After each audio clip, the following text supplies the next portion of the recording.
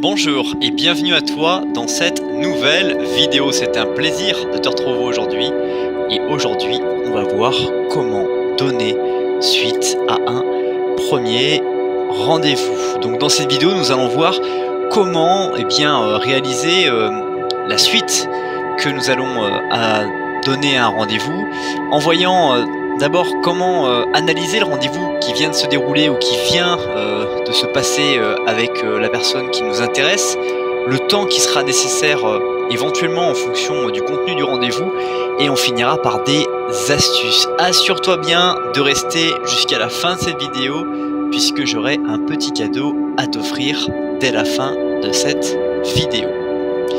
Alors avant de commencer à te parler un petit peu de la technique, j'aimerais me présenter à toi. Je m'appelle Ogier, je suis un ancien frustré de ne pas pouvoir conquérir les personnes qui m'intéressaient réellement et de pouvoir exprimer ma propre personnalité face aux gens et aux filles que je rencontrais. J'ai donc passé énormément de temps à apprendre à me découvrir et surtout à essuyer de nombreux revers avant de rencontrer la femme avec laquelle je suis actuellement et qui est vraiment celle que j'imaginais pouvoir un jour passer du temps avec elle. Donc aujourd'hui je partage avec toi différentes astuces sur cette chaîne YouTube et je t'invite justement à t'abonner dès maintenant pour ne pas rater les prochaines vidéos et redécouvrir les vidéos les plus populaires.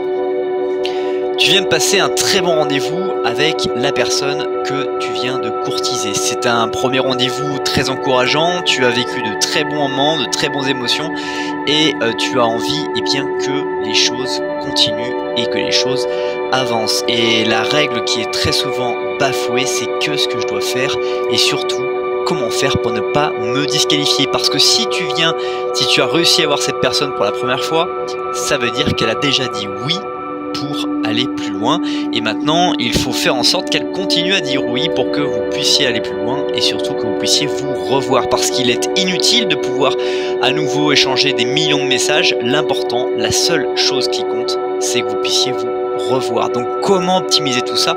Quelles sont les choses? Eh bien c'est vraiment ce qu'on va voir dans cette vidéo. Alors il y a beaucoup de choses qui sont parler autour du temps nécessaire entre un premier rendez-vous et un second rendez-vous. Moi je pense qu'il n'y a absolument aucun principe à respecter. Le seul principe, c'est le contenu du premier rendez-vous. Si ton premier rendez-vous a été émotionnellement très puissant, si vous avez parlé de sujets qui vous intéressaient tous les deux et que du coup il y a vraiment une forme d'osmose et de stimulation qui a pu être ressentie, très souvent le second rendez-vous sera très très proche du premier. On va dire qu'il sera dans les une semaine après le premier rendez-vous, ce qui est un rythme tout à fait normal en début de relation, que chacun continue sa vie et que ce soit absolument ponctuel de se voir. Donc une petite semaine, c'est très bien. En fonction de tout ça, même si pendant le rendez-vous était bof, une semaine c'est relativement cohérent aussi, sachant qu'au-delà d'une semaine, si c'est 2 semaines, il faut vraiment que le rendez-vous était très très fort émotionnellement et que vous ayez marqué la personne en face de vous et que vous aussi vous avez été marqué pour que vous soyez capable de pouvoir tenir 2 semaines, parce que sinon vous allez continuer à être dans une démarche de séduction et je vous encourage d'ailleurs à continuer à courtiser d'autres personnes pour ne pas finalement être needy ou totalement accro à cette personne que vous venez de rencontrer et qui vous a fait un effet fou. Alors quelles sont les astuces à donner? On va maintenant les voir dans quelques instants, mais juste avant cela, je t'invite à apprécier la vidéo ou à la partager dès maintenant, ceci afin de permettre à d'autres personnes de découvrir à leur tour cette vidéo. La première astuce, c'est réfléchir qui d'autre nous plairait. On l'a vu, en fonction de notre rendez-vous qu'on a eu, il est important de ne pas devenir ce mec accro qui ne pense qu'à cette fille avec qui il a eu son premier rendez-vous et comme si le monde s'arrêtait de tourner. Il faut au contraire se mettre dans une dynamique de interaction sociale, de planifier son emploi du temps pour ne pas être disponible dans la semaine qui va venir pour pouvoir revoir l'autre personne éventuellement le même jour que le premier rendez-vous, une semaine plus tard, afin de pouvoir aussi lui parler de choses que vous avez pu faire et surtout d'avoir vraiment fait des choses intéressantes, comme d'être sorti au cinéma voir le dernier film en date, d'avoir pu lire le dernier livre qui est sorti, d'avoir pu aller à une soirée très enrichissante d'un ami ou un autre.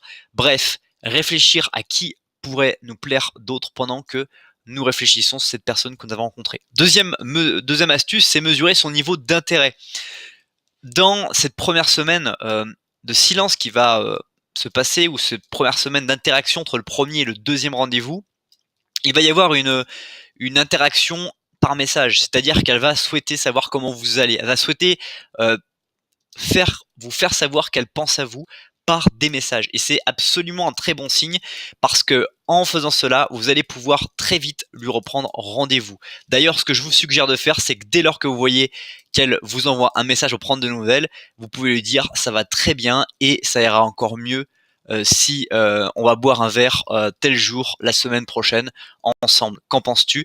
Et très souvent, directement en répondant cash à ces textos et en coupant très vite court à la conversation pour ne pas se retrouver éternisé à raconter ce qu'on fait de ses journées ou de ses soirées à la personne qu'on vient juste de rencontrer, eh bien c'est une des meilleures techniques pour que justement vous allez pimenter et vous allez avoir plein de choses à raconter au second rendez-vous. Troisième astuce, c'est proposer un nouveau rendez-vous. On l'a vu plus ou moins dans cette deuxième astuce.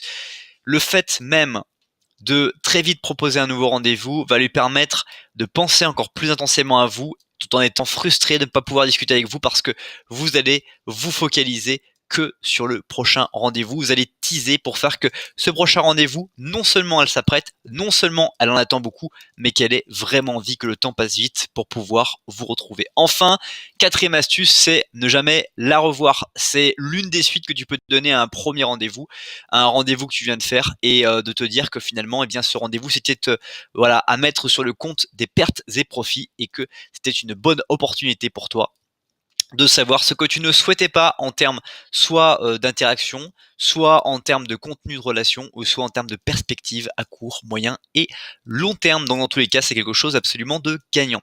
C'est déjà la fin de cette vidéo. Merci beaucoup pour le temps que tu as consacré à regarder cette nouvelle vidéo.